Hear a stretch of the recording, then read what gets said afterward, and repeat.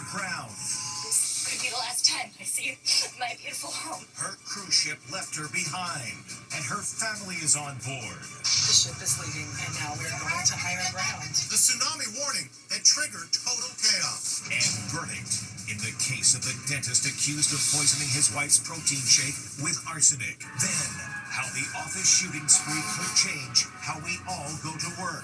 The building is one of the most secure in the city, so how was the gunman able to walk right into the lobby carrying an open firearm? Should someone have seen this guy walking across this plaza? And is President Trump seriously considering pardoning Sean P. Diddy Combs? Plus, defending Sydney Sweeney. Sydney Sweeney has her keys. After the backlash, what the White House is saying.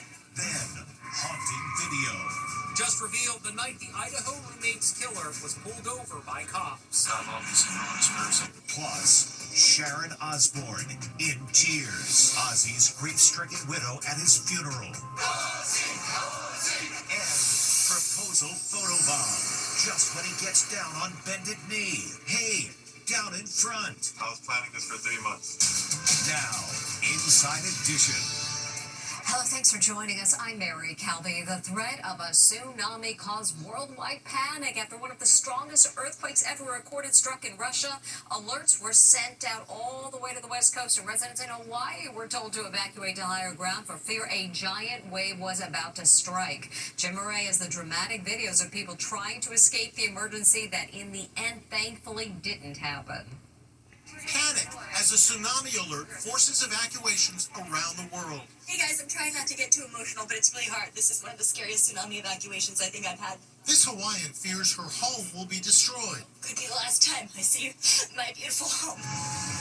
Vacationers in Hawaii were stunned when tsunami sirens suddenly blared. We're in Hawaii, and we're under tsunami warning. Their hotel room was way up on the 6th floor, but they were still ordered to pack up and head to a shelter.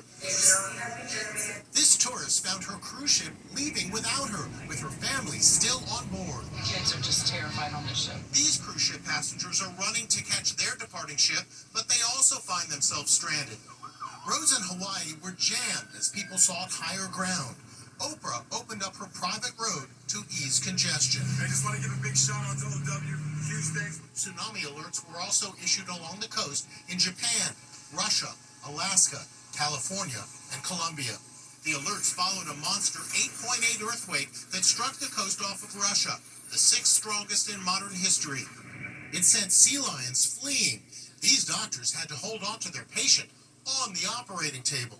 In Japan, people climbed on rooftops as 10-foot-high tsunami waves hit the shore. Here along the coast in Santa Monica, waves crested less than a foot above normal, but forecasters warn these alerts must be taken seriously. We did see the larger waves in areas like Hawaii, anywhere from 3 to 6 feet. I think the system worked the way it should have. The message was out. It told people, hey, we're warning you that there's something that could happen. Here we go. Even when the tsunami warning was lifted in some areas, including Northern California, authorities advised people to stay out of the water because dangerous currents and strong waves were still expected. This week's shooting in a skyscraper office building in Manhattan that left 4 dead is expected to have a major impact on the American workplace. As Les Trent reports, prepare yourself for beefed-up security at the office. The rampage in Midtown Manhattan that took the lives of 4 innocent people may change the way we all go to work. Businesses are ramping up security across America in the wake of the shooting spree. 80% of our clients have increased security in a number of ways. One, they've put armed officers in the lobbies and foyers or on their floors. They're really concerned about their employee base. Most employees are nervous. They don't want to come to the office. 345 Park Avenue, where the tragedy unfolded, is one of New York's most secure skyscrapers. But it was not enough to stop the lone gunman.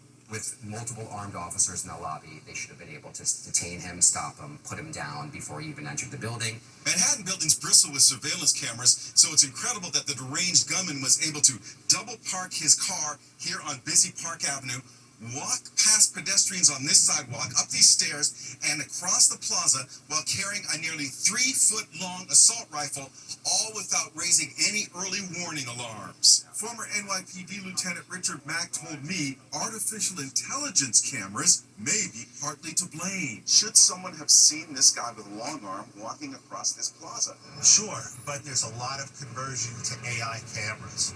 And the problem with that is there becomes a delay because the AI cameras have to notify somebody in the cloud, who then has to notify someone in the building. A lot of buildings are doing it to save money. And of course, in a situation like this, seconds save lives. Meanwhile, internet trolls are posting cruel memes about Wesley LaPatner, the wealthy executive with the investment giant Blackstone, who was gunned down in the lobby. One meme says she was Luigi'd, a reference to Luigi Mangione, who was accused of assassinating a United Healthcare executive on a Manhattan street. Another victim, 27-year-old Julia Hyman, was laid to rest today.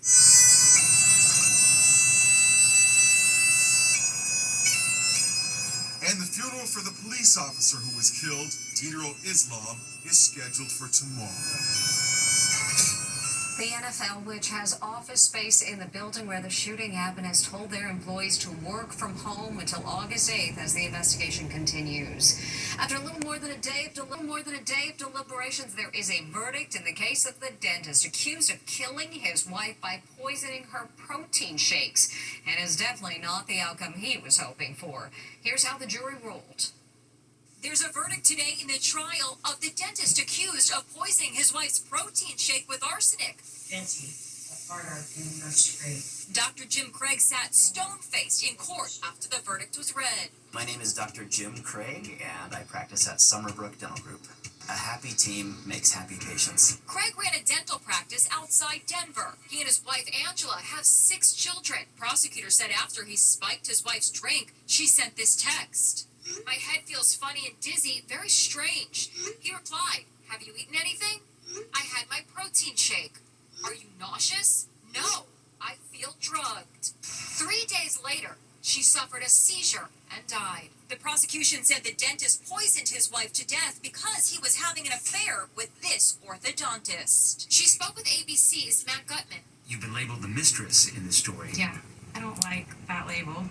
If I had known what was true, I would not have been with this person. She says she was with the dentist for 3 weeks, and he said that he was in the midst of a divorce. She says he even wanted to see her during his wife's hospitalization. Originally, it was like, maybe I shouldn't really even come, and he was like, I could really use the support. He at no point seemed stressed or anxious. The defense claimed the dentist had nothing to do with his wife's death and said Angela was suffering from depression and was suicidal because he kept cheating on her with other women. But the jury found otherwise.